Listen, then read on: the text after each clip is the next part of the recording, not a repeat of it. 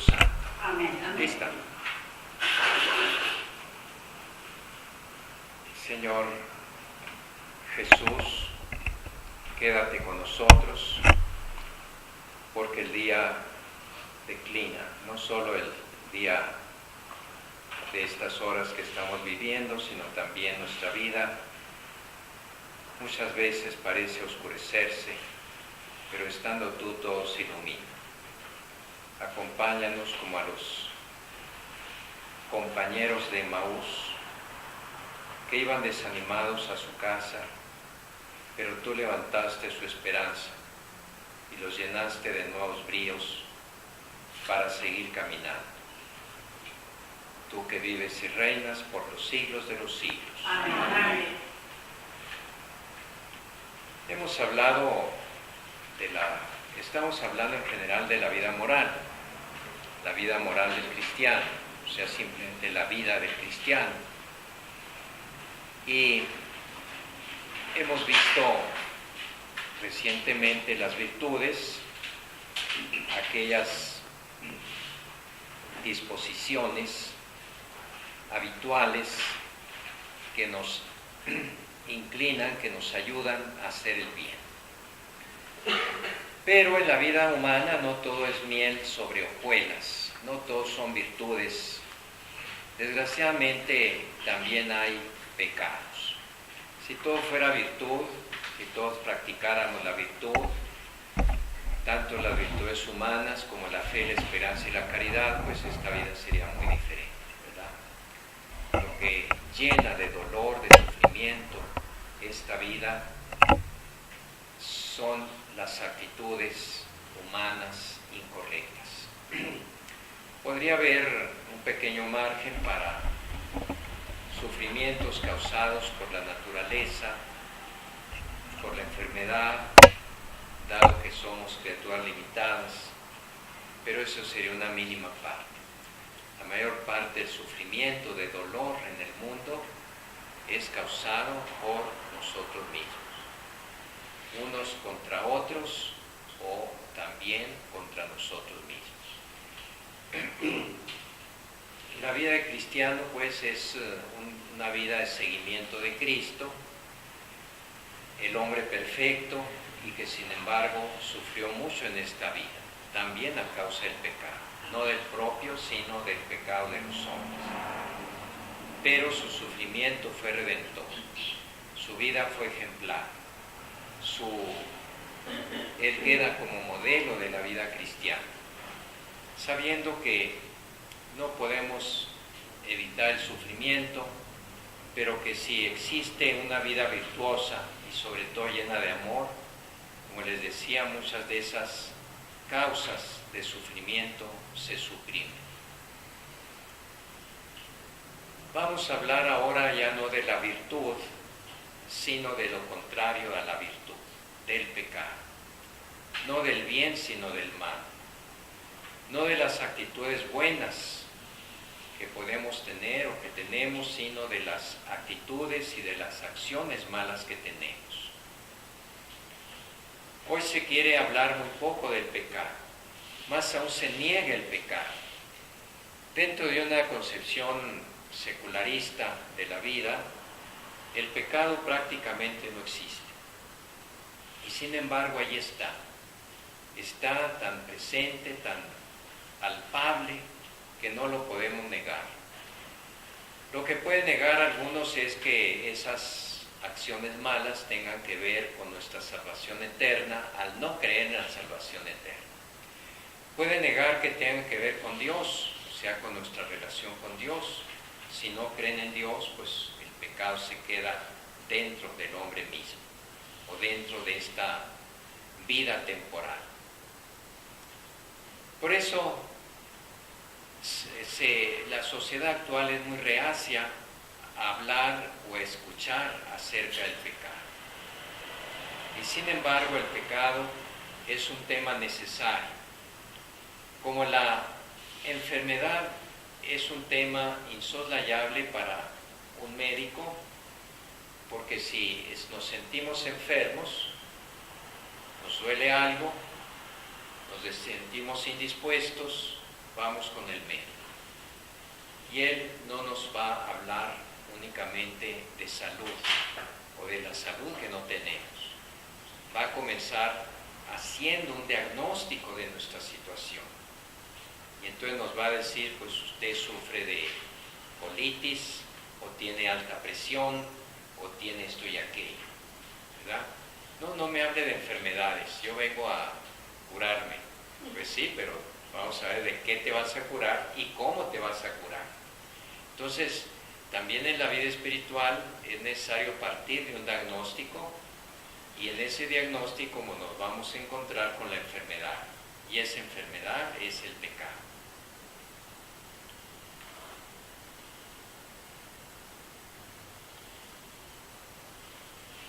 Desde luego que la Iglesia, como la misma Sagrada Escritura de la que la Iglesia bebe como fuente, no habla del pecado para dejarnos en el pecado, para dejarnos en una situación desesperada. Tampoco el médico nos habla de la enfermedad para decirnos, pues usted tiene esto y aquello, ya váyase. Usted tiene cáncer, ya váyase. Usted tiene apendicitis, pues ya váyase. No, lo interna inmediatamente y lo opera de apendicitis. O sea que el tratamiento de la enfermedad se da en un contexto de curación. También en la Iglesia, el tratamiento del pecado se da en un contexto de misericordia y de perdón. No tiene otro fin hablar del pecado. No es hablar del pecado para que nos sintamos abatidos, sino para que salgamos de ese pecado. Entonces, el pecado está ligado estrechamente al tema de la misericordia divina. Si el Evangelio es la revelación en Jesucristo de la misericordia de Dios con los pecadores, entonces, ¿cómo vamos a hablar de misericordia, de perdón, si no hay que perdonar? Por eso el hombre actual, descreído, se queda sin la misericordia, se queda sin el perdón, porque no acepta que existe o que tiene pecado. Como decía Jesús a los fariseos, ustedes se creen muy santos, muy buenos, y no me necesitan, claro, porque yo he venido a buscar a los pecadores. Ustedes no se sienten pecadores, pues no tengo nada que ofrecerles. Desgraciadamente sí eran pecadores y se iban a quedar con sus pecados, pero al no reconocerlos, al no reconocer a Cristo como el médico divino, pues se quedaban con sus pecados. En cambio, aquellos que realmente también eran muy pecadores, ladrones, prostitutas, drogadictos, etc., reconocían sus pecados con humildad, y ese reconocimiento, ese tocar fondo, esa sensación de necesidad, de ahogo, de querer salir a flote, veían en Jesús su Salvador, su remedio, y lo acogían. Entonces así vemos cómo el publicano salió del templo justificado, porque dijo: Señor, yo soy un pecador, apiádate de mí. Y el fariseo salió con sus pecados, porque dijo: Señor, no tengo nada de pecado, no tengo nada que me perdones.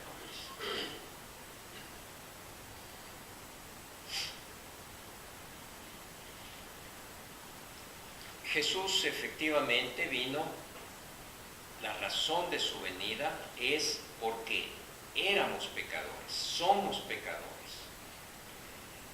En el anuncio del ángel a José le dice: tú le pondrás a ese niño que va a tener María el nombre de Jesús, porque él salvará a su pueblo de sus pecados. Y en la institución de la Eucaristía, en la que encierra Jesús toda su pasión y su muerte y resurrección, dice: esta es mi sangre de la alianza, que va a ser derramada por muchos para remisión de los pecados. O sea, la venida de Jesús está estrechamente unida a la realidad de pecado en que estamos, pero para librarnos de ella. acogida de su misericordia exige en nosotros la confesión de nuestras faltas, el reconocimiento humilde de nuestras faltas. Como dice San Juan en su primera carta, si decimos no tenemos pecado, nos engañamos. Y si reconocemos nuestros pecados, entonces encontramos el perdón. A veces le dice uno a alguien, ya confiésate. Pero ¿por qué me voy a confesar si yo no robo ni mato? Pues sí, sí es cierto que tal vez no ha robado ni matado, pero no son los únicos pecados. Hay muchísimos otros que ensombrecen la vida humana en el hogar. Si no, pues nuestros hogares serían pura delicia, pura dulzura, y no porque se robe o se mate en el hogar, ¿verdad? Sino porque hay tantas otras formas de faltar al amor, faltar al amor.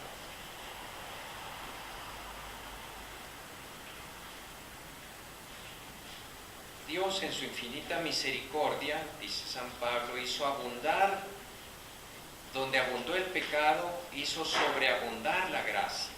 Es cierto que nuestros pecados son grandes y muchos y graves, pero la gracia de Dios es más grande que nuestros pecados. Eso tenemos que tenerlo en cuenta en este año de la misericordia que estamos viviendo. Pero para hacer su obra, la gracia debe descubrir el pecado para convertir nuestro corazón y conferirnos la justicia para la vida eterna por Jesucristo nuestro Señor. Como un médico que descubre la herida o la infección antes de curarla. Así Dios, mediante su palabra y su espíritu, proyecta una luz viva sobre el pecado. Nos hace sentir que somos, nos hace reconocer que somos pecadores. ¿Y saben quiénes son los más pecadores del mundo? Los santos. No, los santos, porque mientras más santos, más conciencia tienen de sus pecados y se confiesan más seguido. Y uno que tiene tantos, pues ni los nota, ni los siente. Dice, yo no robo ni mato, ¿de quién me voy a confesar? O sea, los santos que viven, los santos de este mundo. Sí, sí, tantos aquí en el mundo, los que son santos, y no me refiero solo a la gente canonizada, sino a los santos vivos, o cuando vivían aquí en la tierra, eran más conscientes de ser pecadores.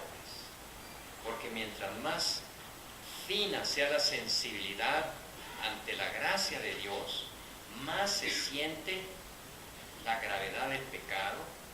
O sea, ellos sentían más sus pecados, aunque fueran leves, que muchas veces nosotros, nuestros pecados, aunque sean graves. ¿Está claro eso?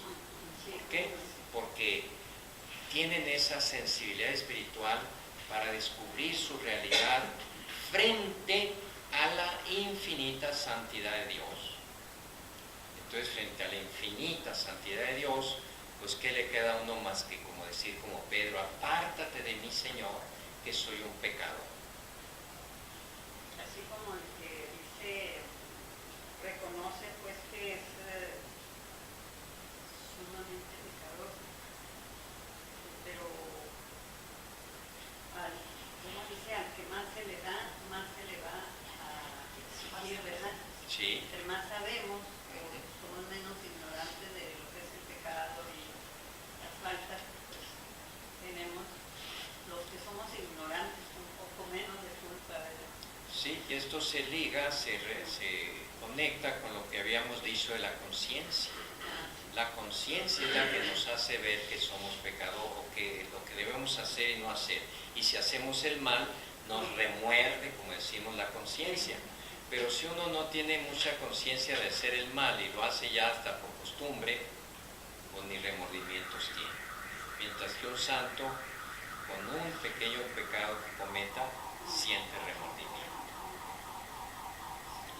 ¿Qué es el pecado entonces? El pecado es una falta contra la razón, la verdad y la conciencia recta. Yo diría, más sencillamente, pecado es lo que daña al hombre. es lo que le hace daño. A veces eso no lo notamos porque el pecado nos atrae, alguna cosa mala nos atrae de tal manera que creemos que nos va a hacer el bien, que nos vamos a sentir bien con eso. Por ejemplo, un robo, pues que bueno, voy a disfrutar de dinero, pero finalmente aquello me va a dañar. Esa percepción de que lo que hacemos o nos favorece, contribuye a nuestro desarrollo y a nuestra felicidad definitiva y no a una felicidad inmediata. Eso es conciencia de pecado. No hay pecado cuando el hombre no tiene alguna consecuencia negativa para él. Todo pecado es un daño para el hombre. Todo pecado. ¿Y por qué decimos que es pecado contra Dios? Porque Dios ama al hombre y como dijo Jesús, de acuerdo como nos va a juzgar, tuve hambre y me diste a mí de comer, cuando lo hiciste con otros. Así también cuando tú haces algo malo a alguien, el Señor se ve involucrado, lo toma como hecho a sí mismo. O cuando uno se hace daño a sí mismo, entonces el Señor es ofendido porque yo soy para Él muy amado, muy grande. Aquella persona a la que ofendí, a la que herí, es amada por Dios. Cualquier cosa que le hagamos o que omitamos hacer en su favor es una ofensa a Dios. Y en eso está la gravedad del pecado, en que alcanza a Dios. O sea, mi pecado, aunque sea mío, de una persona finita, limitada, criatura, mi pecado siempre tiene un alcance infinito porque llega a Dios, porque afecta a Dios, porque involucra a Dios. Precisamente por eso, porque involucra o afecta a Dios, nadie lo puede perdonar sino solo Dios. Es como si yo dijera, oye, te perdono lo que te hizo aquel, lo que le hiciste a aquel. Y aquel va a decir, oye, tú sé por qué lo andas perdonando, el que tengo que perdonarlo soy yo. Si yo fui el ofendido. Pero ¿quién puede resarcir ese daño infinito hecho a Dios, aunque sea un pecado pequeño nuestro? Porque si afecta o alcanza a Dios, tiene ya una dimensión infinita. Solo Dios. Por eso no podía más que Jesucristo, que es Dios y que es hombre, ofrecer su vida por nosotros. Por ejemplo, cuando se hacen las personas cirugías plásticas, algo así para verse mejores, para ¿cómo se llama? Ya sea de la cara, ya sea de hacerse la disposición, no sé cómo le llaman esto también. Eso es pecado también. No, pues depende, ¿verdad? Si se le está cayendo la jeta, se la acomoda, ¿no?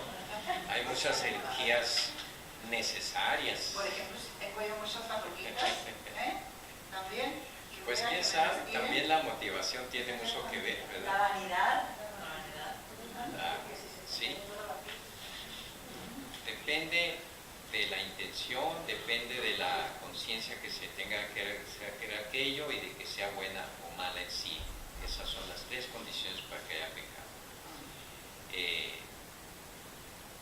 Porque si insistimos o si nos metemos mucho en ese tema de que la cirugía plástica para verse mejor es pecado, pues también hasta cualquier cosmético que usan las mujeres, cualquier arreglo personal, pues sería pecado. Pero ya sería menos, ya es más. Sería pecadito, entonces. ¿Saben a qué pienso yo? ¿A qué pienso yo? Cuando se quitan aquí, miren, yo por ejemplo, que tengo todo esto, que me lo mandara a quitar todo esto por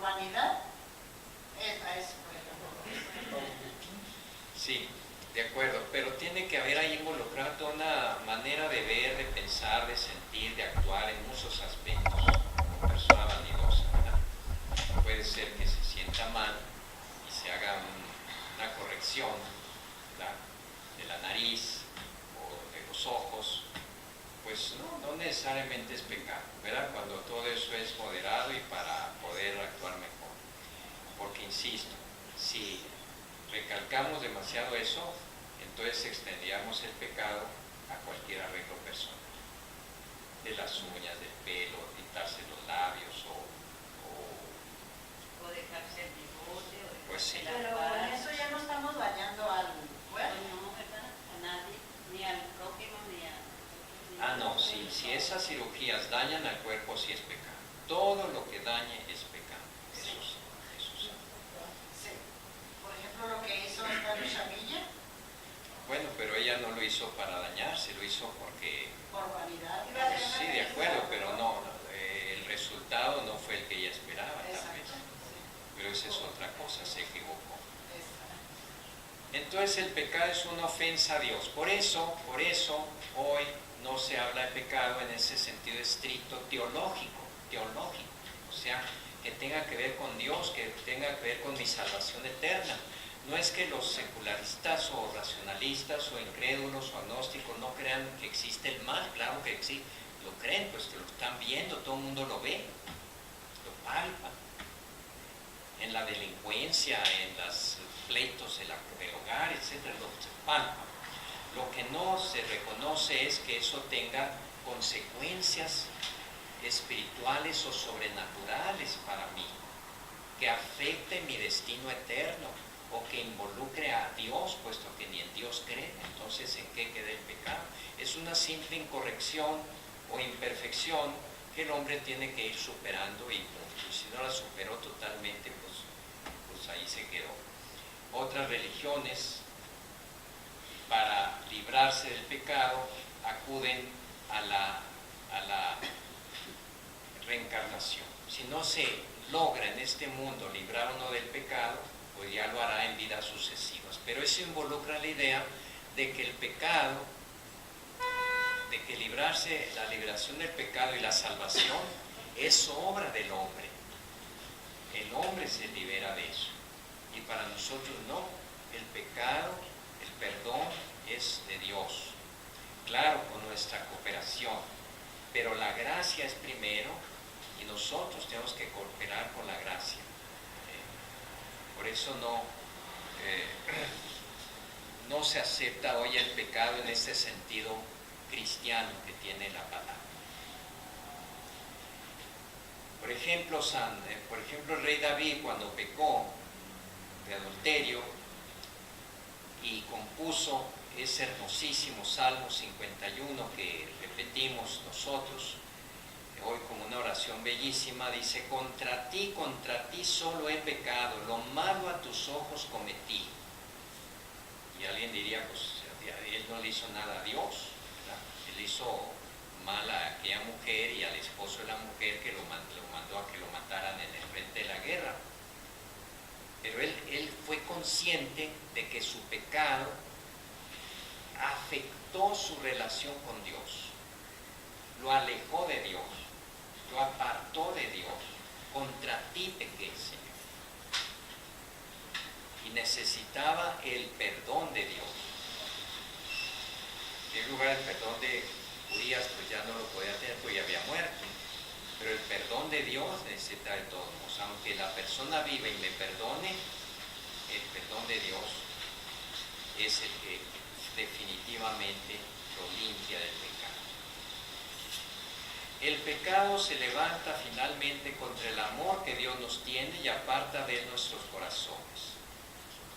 Como el primer pecado, el de Adán, es una desobediencia, una rebelión contra Dios por el deseo de hacerse como dioses, pretendiendo conocer y determinar el bien y el mal.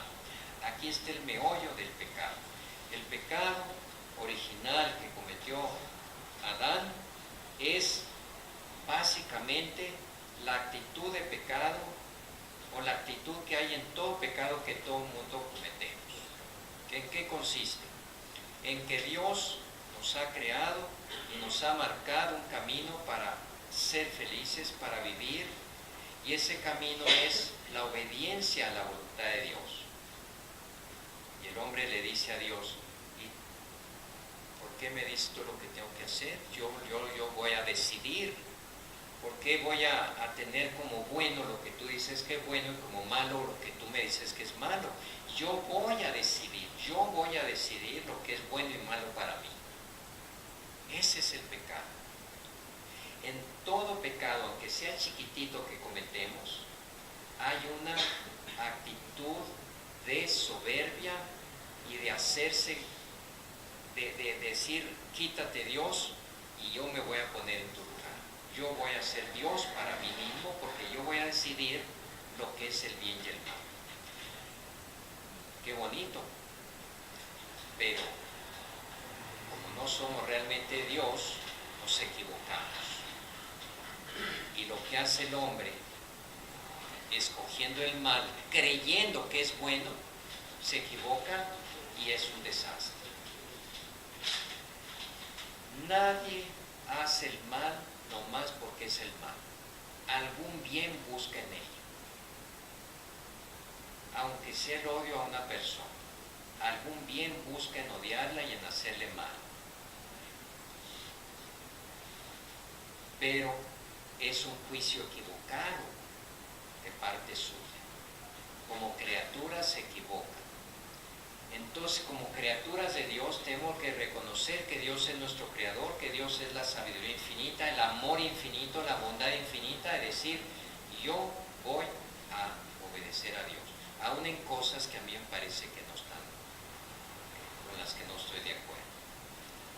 Esa desobediencia y ese desconectarse de Dios en el aspecto del amor, porque Dios no le mandó a Adán que obedeciera sus mandamientos nada más como una ley fría, sino que captara que Dios lo amaba y que se identificara con ese amor y obrara al unísono con el amor de Dios.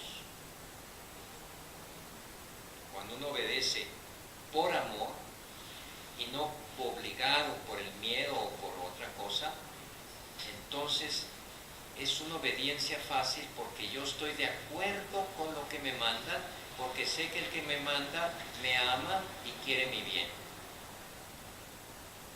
Allí estuvo el pecado de Adán, en desconectarse de la relación que tenía con Dios y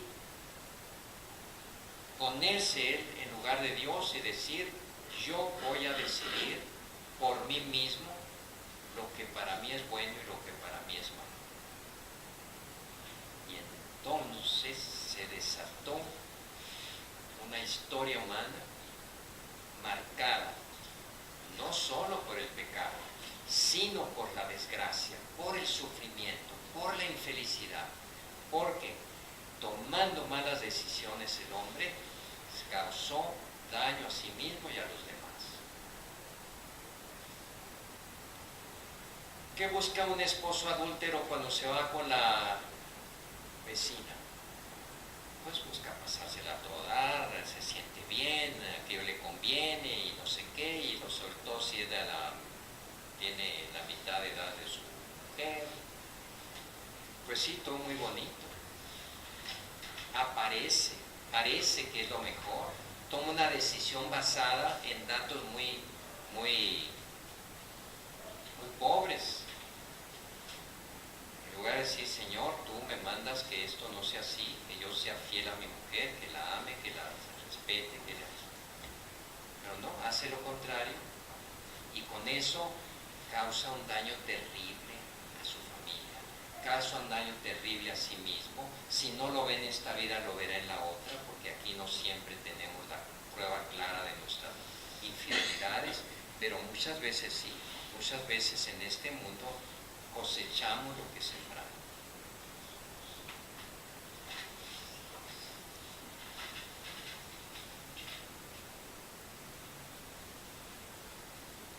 El amor, el pecado, dice San Agustín, es el amor de sí mismo hasta el desprecio de Dios. Me amo más a mí mismo que a Dios. El pecado de Adán es el deseo de ser como dioses, pretendiendo conocer y determinar el bien y el mal. Y efectivamente Dios quiere que seamos como dioses, pero unidos al único Dios verdadero, no a espaldas de Él, no apartándonos de Él. San Pedro dirá después: ustedes son participantes de la naturaleza divina. Y estamos llamados a deificarnos, a ser como dioses, como Dios, efectivamente. Pero por la unión íntima con Dios a través de Jesucristo. Ese es el único camino de deificarnos, que es lo que en el fondo el corazón humano desea, ser como Dios. Es decir, ser feliz, inmortal, libre, etc. Pero eso sí, estamos llamados a eso. Para eso nos creó Dios. Pero el pecado está en que dice uno: yo voy a lograr eso, voy a buscar esa felicidad por mi cuenta, a espaldas de Dios, sin tomar en cuenta a Dios, sus mandamientos. Es lo que hace el hombre. Por eso este mundo está así. Y luego le echamos a culpa a Dios: oye, ¿por qué mueren tantos niños en la guerra? ¿Por qué se enfermó de cáncer fulano? ¿Por qué no sé? Y dice Dios: a mí mis timbres. Yo hice un mundo hermoso, te hice a ti hermoso, perfecto. Tú no quisiste seguir tu camino. Este mundo como está es obra tuya. Yo no. Al contrario, Dios, viendo el batidero que habíamos hecho, envió a su Hijo para salvarnos. Pero esa unión con Cristo tiene que pasar todavía por este mundo de sufrimiento hasta que alcance la plenitud de la felicidad del amor en la resurrección.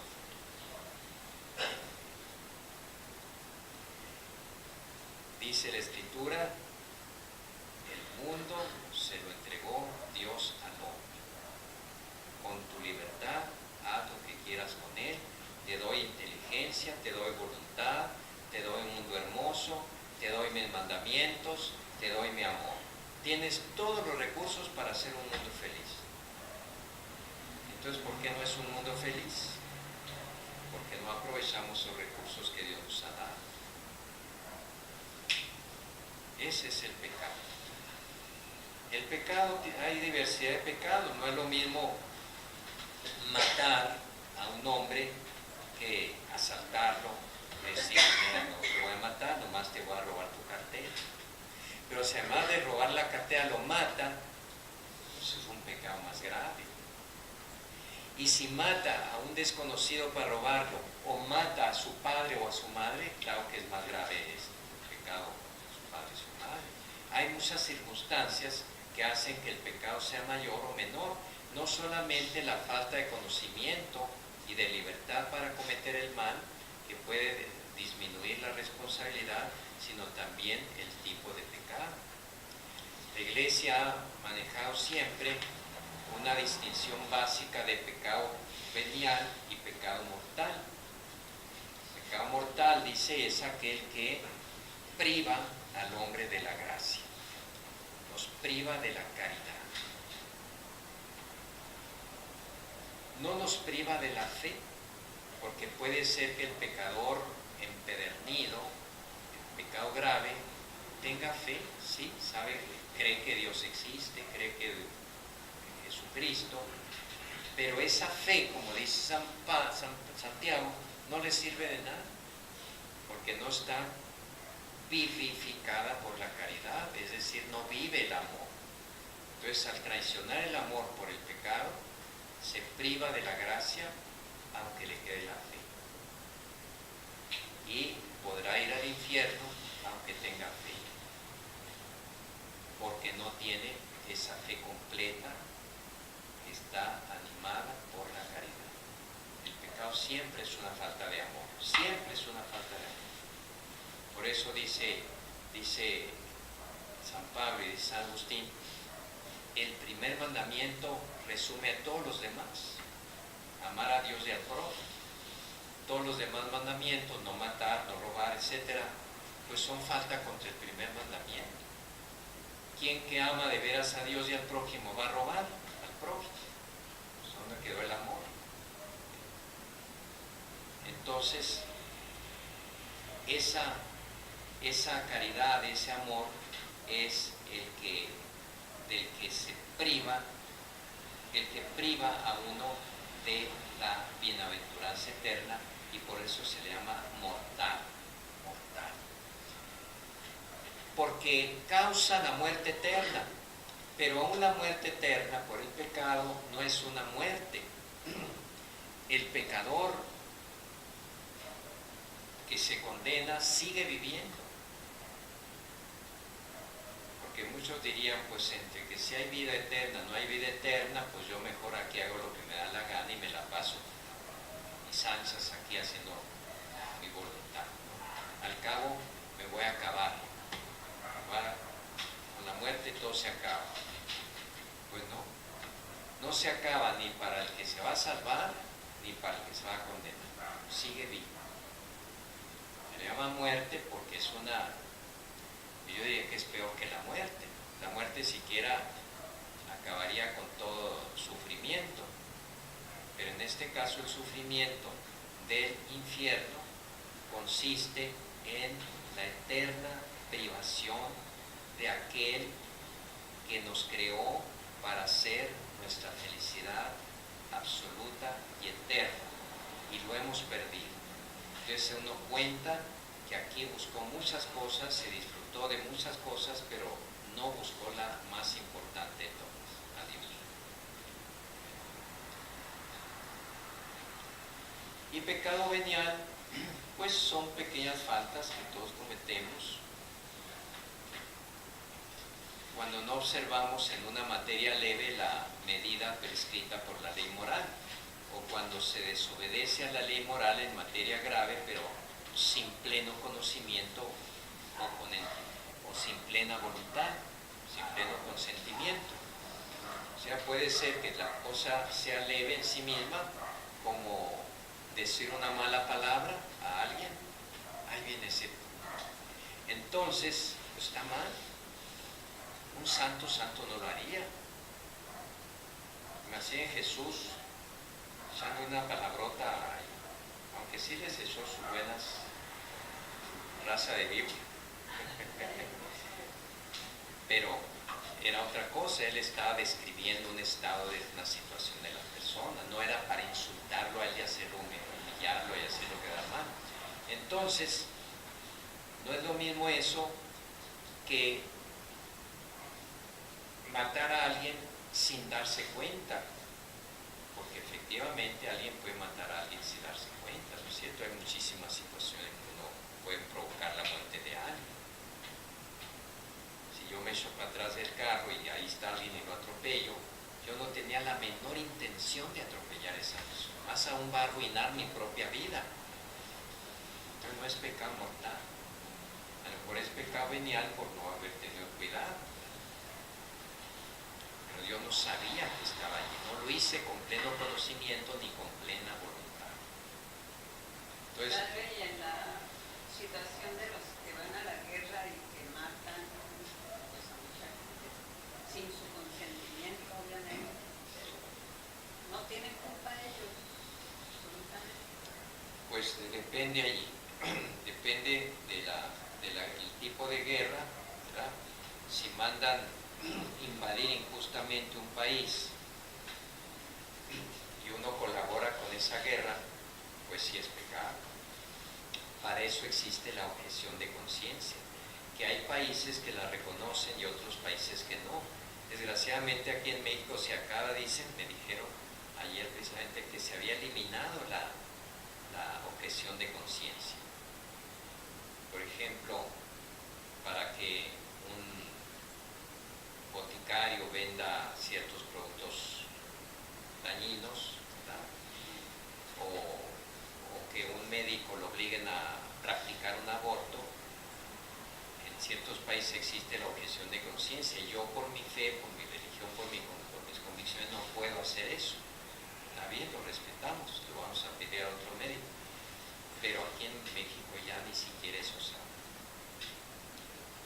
Entonces sí, se ve obligado a hacerlo. pues sí, o pierde el trabajo. Y en el caso de la guerra, pues a lo mejor hasta lo fusilan por desertor, por no querer tomar las armas. Hay ciertos grupos pacifistas que para ellos ningún tipo de guerra es justa y tienen que respetarle su conciencia. Por ejemplo, los menonitas. Pero un católico, ¿qué pasaría? Él tiene que sopesar primero, con ayuda desde luego de muchos elementos, incluso de sus pastores, si aquello que le están mandando puede hacerlo o no puede hacerlo. Si es una invasión injusta en mi país, yo tengo derecho de repeler esa agresión injusta aunque tenga que matar. Lo mismo que también una defensa propia, cuando alguien me agrede y me quiere matar y yo soy la pistola más rápida del oeste y le disparo primero, pues no es pecado. No es pecado, porque allí simplemente reaccioné contra una agresión injusta de alguien que me quería atacar y hasta matar. Entonces yo me adelanté, le fui más fuerte y lo vencí. Entonces sí, es importante discernir si las órdenes de un superior, sea eclesiástico o sea civil, son justas o injustas. En el caso, por ejemplo, del nazismo, de Hitler, obviamente fueron quedando como funcionarios, digamos, del régimen nazi, las personas que no tenían escrúpulos. ¿Cuántos puestos como guardias o jefes en campos de concentración acabaron diciendo, yo no te sigo con eso? A lo mejor los mataron, a lo mejor no, a lo mejor dijo, este no nos sirve porque es muy cobarde, y pusieron otro sádico que dijeron, este sí nos queda como anillo al dedo, porque va a hacer lo que le digamos y hasta mucho más. Entonces en ese tipo de regímenes van quedando como colaboradores gente que sintoniza con la mentalidad criminal del jefe. Y eso no solo en la guerra nazi, en cualquier gobierno, en cualquier institución. Cuando hay un centro de poder corrupto, se hace también corrupto, porque hace que los subordinados también practiquen la corrupción, o bien digan, yo paso, yo me salgo de allí y no quiero ser cómplice de eso. Gracias.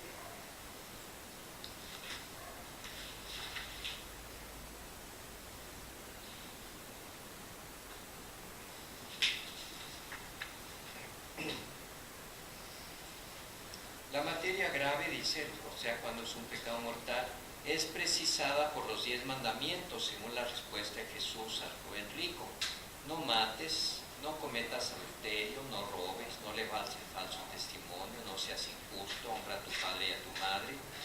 Les decía que el pecado finalmente es hacer daño deliberado y sin ninguna razón.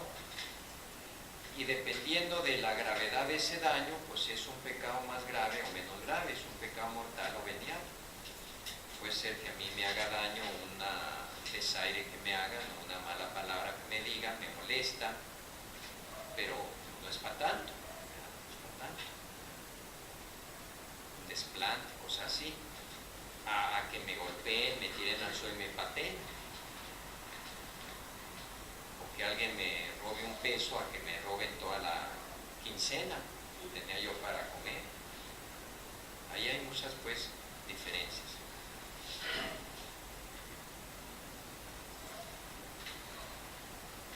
Y como habíamos dicho ya cuando hablamos de la acción moral, las condiciones para que sea buena o mala, el pecado mortal requiere primer lugar, que lo que se haga sea malo. Por ejemplo, matar, robar.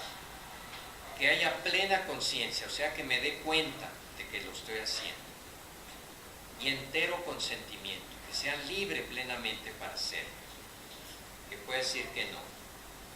Porque, por ejemplo, si alguien me agarra con fuerza, me pone un revólver en las manos y hace que yo apriete el gatillo contra alguien y lo mate, pues yo lo maté. Pero me están obligando, me están forzando. O yo tiro un balazo a aquel arbusto que ando cazando y si veo que algo se movió, digo, ahí está una liebre y le tiro y era una persona. Entonces, pues no era falta de conocimiento, era ignorancia de que había persona ahí. Podrá haber responsabilidad, pero ya no es el ir, este hombre lo voy a matar.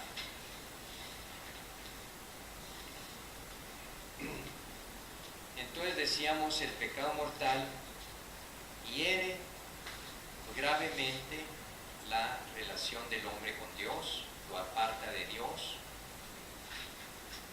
Puede ser que no le quite la fe, puede ser que sí, ¿verdad? Pero puede ser que no, pero sí le quita la caridad. Y sin caridad, sin amor, no hay gracia de Dios y no hay salvación.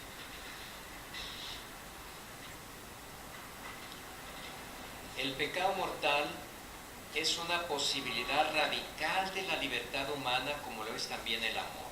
O sea, así como yo pongo todo mi ser en amar, así lo pongo en no amar. Entraña la pérdida de la caridad y la privación de la gracia santificante, sin la cual uno no se puede salvar. Porque recuerden, la gracia santificante es la que me da la vida divina. Y sin esa vida divina yo no puedo vivir en el cielo con Dios. Tengo que participar de su misma vida.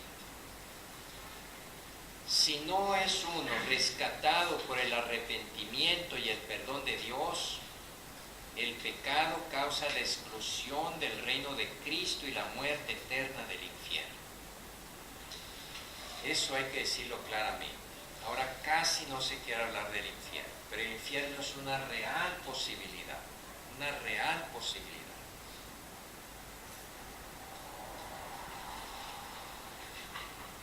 Entonces tengo que tomar en cuenta de que si no practico el bien por amor a Dios, que es lo perfecto, por lo menos tengo que practicar el bien y evitar el mal por temor al infierno.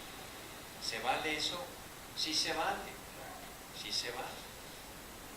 Por lo menos por temor al infierno, puede uno evitar el mal.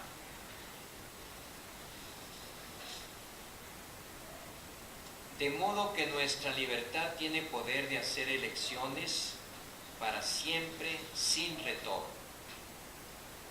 Sin embargo, aunque podamos juzgar que un acto es en sí una falta grave, el juicio sobre las personas debemos confiarlo a la justicia y a la misericordia de Dios. ¿Qué quiere decir esto? Que uno ve que fulano hizo algo malo, pero solo Dios sabe en qué estado se encuentra su alma respecto a eso malo que hizo.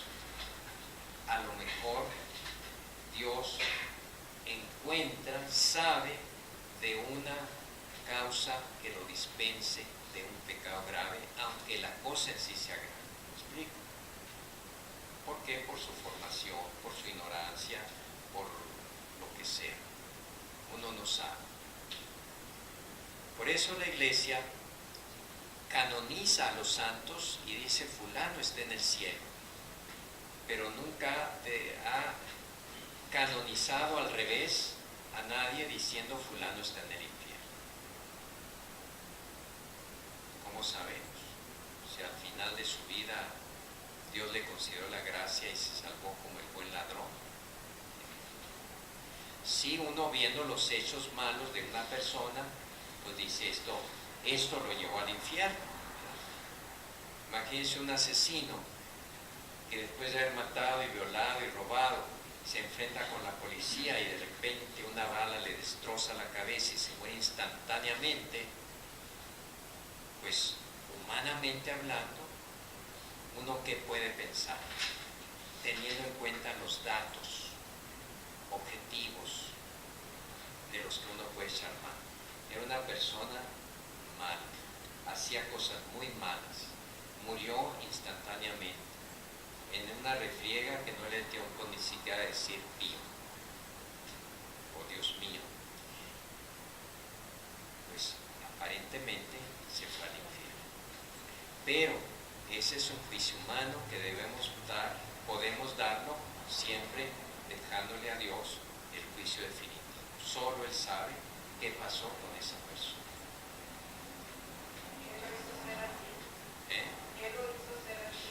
También, ¿verdad? ¿Qué lo hizo ser así?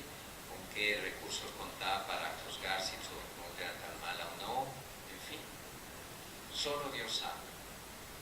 Nosotros sabemos que el que comete un pecado mortal y muere en pecado mortal se va al infierno. Pero no sabemos si esta persona que cometió muchos pecados mortales y murió en pecado mortal se fue al infierno. Eso solo Dios lo sabe. Lo que sí no se vale es decir, no existe el infierno, Dios siempre nos va a salvar.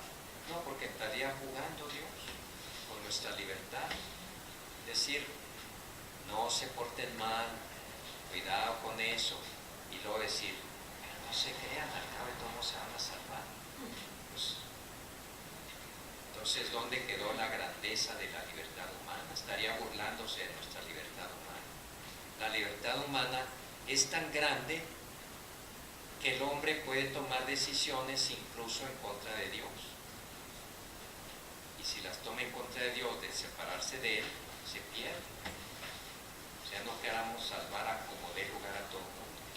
El infierno existe y Jesús dijo que la puerta que lleva a Él es más ancha que la puerta que lleva al cielo. Hay personas que dicen que Dios es tan infinitamente misericordioso que no puede condenar a alguien eternamente, por más malo que haya sido. Exactamente, no puede Dios, pero uno sí puede. Y si Dios lo hizo uno libre, le respeta su libertad. Así como nos respeta la libertad cuando hacemos algo malo y Él no interviene porque dice, pues eres libre, tú sabrás si lo haces o no, yo no voy a intervenir. Así también, si hace algo malo y se condena, Dios dice, pues tú tomaste la decisión, yo te la respeto. Del otro modo, imagínense en el cielo, las víctimas sentadas en la mesa del banquete, una niña violada, inocente, que la mataron, y el violador ahí enfrente va banqueteando junto con ella. No sería justo. A no ser que fuera como Alejandro Serenet, el que mató a María Goretti, pero se arrepintió y toda su vida lloró su pecado, y ahorita están banqueteándose los dos juntos, Alejandro y María Goretti. Pero si el otro siguió violando y matando y todo lo que le dio la gana, se muere en ese pecado, ¿cómo va a decir Dios, yo por mi misericordia te voy a salvar? Si la misericordia pasa a través de nuestro arrepentimiento y de nuestra libertad. La misericordia no se impone, se ofrece. Dios no la acepta o no la acepta. Eso sería injusto y Dios no es injusto. Exactamente. En Dios la misericordia y la justicia están armonizadas perfectamente. Uno no sabe si es justo, si es ser justo o ser misericordioso, pero Dios sí sabe ser las dos cosas. Y de acuerdo con eso, nos ofrece siempre su perdón, pero también deja que el hombre lo acepte o no lo acepte. Y si no lo acepta, Dios pues acepta la última decisión del hombre. Eso que dicen de que Dios tan misericordioso los va a salvar, pues sería violar la libertad con que Dios nos ha creado.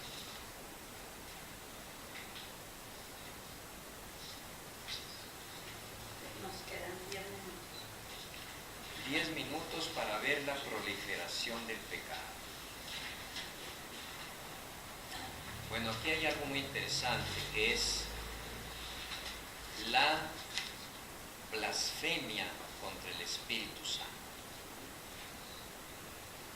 Precisamente hablando de la misericordia de Dios, que es infinita, sin embargo, dice la Sagrada Escritura, todo pecado y blasfemia será perdonado a los hombres, pero la blasfemia contra el Espíritu Santo no será perdonada. Entonces, ¿en qué quedamos? ¿Dios perdona todo o no perdona todo? Dice, perdona todo, pero hay un pecado que no perdona. ¿Cuál es la blasfemia contra el Espíritu Santo? Precisamente no arrepentirse.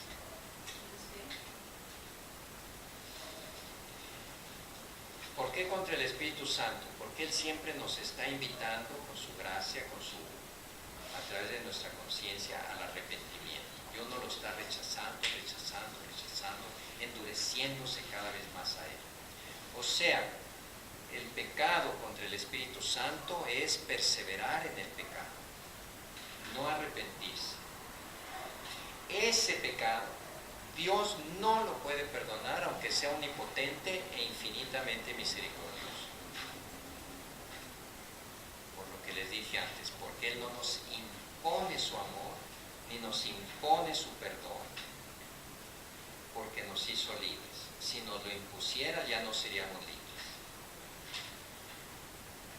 Cuando uno le impone algo a alguien, a fuerza lo tienes que hacer, le está quitando su libertad. A veces puede ser justa esa actitud, por ejemplo, con un niño travieso que le dice, ahora te sientas ahí, comes. No, que no quiero comer. No voy a respetar tu libertad porque todavía no tienes capacidad de ejercerla bien. Ahorita te queda la obediencia. Y se sienta porque siente y come porque come, y si no te castiga. No es cierto lo que se hace mucho el papá, que ya no lo hacen, ya el niño es el que manda. Pero por eso se forman así, ¿verdad? Por eso se forman así. Pero bueno, es que la libertad es un proceso que se va aprendiendo y se va adquiriendo y se va conquistando. Entonces, Dios nos hace libres, nos respeta y nos respeta aunque uno lo rechace a Él. Si lo rechaza a Él, Dios no, sí, a lo mejor al último nos da más y más gracias para ver si nos rescata, pero el hombre a lo mejor con un escudo tan empedernido está en el mal que lo rechaza y lo rechaza y lo rechaza. Esa es la blasfemia contra el Espíritu Santo. ¿Por qué blasfemia? Porque es ir en contra de las inspiraciones que el Espíritu Santo nos da para arrepentir.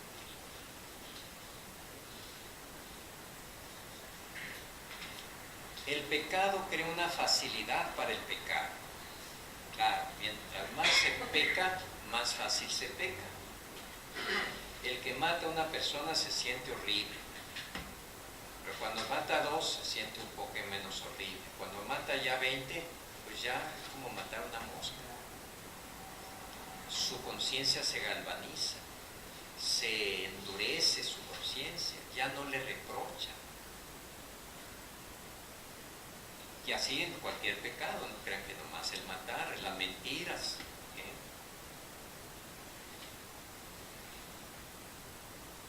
De ahí resultan inclinaciones desviadas que oscurecen la conciencia, la oscurecen y corrompen la valoración concreta del bien y del mal. A fuerza de hacer el mal, uno ya no sabe distinguir el bien del mal.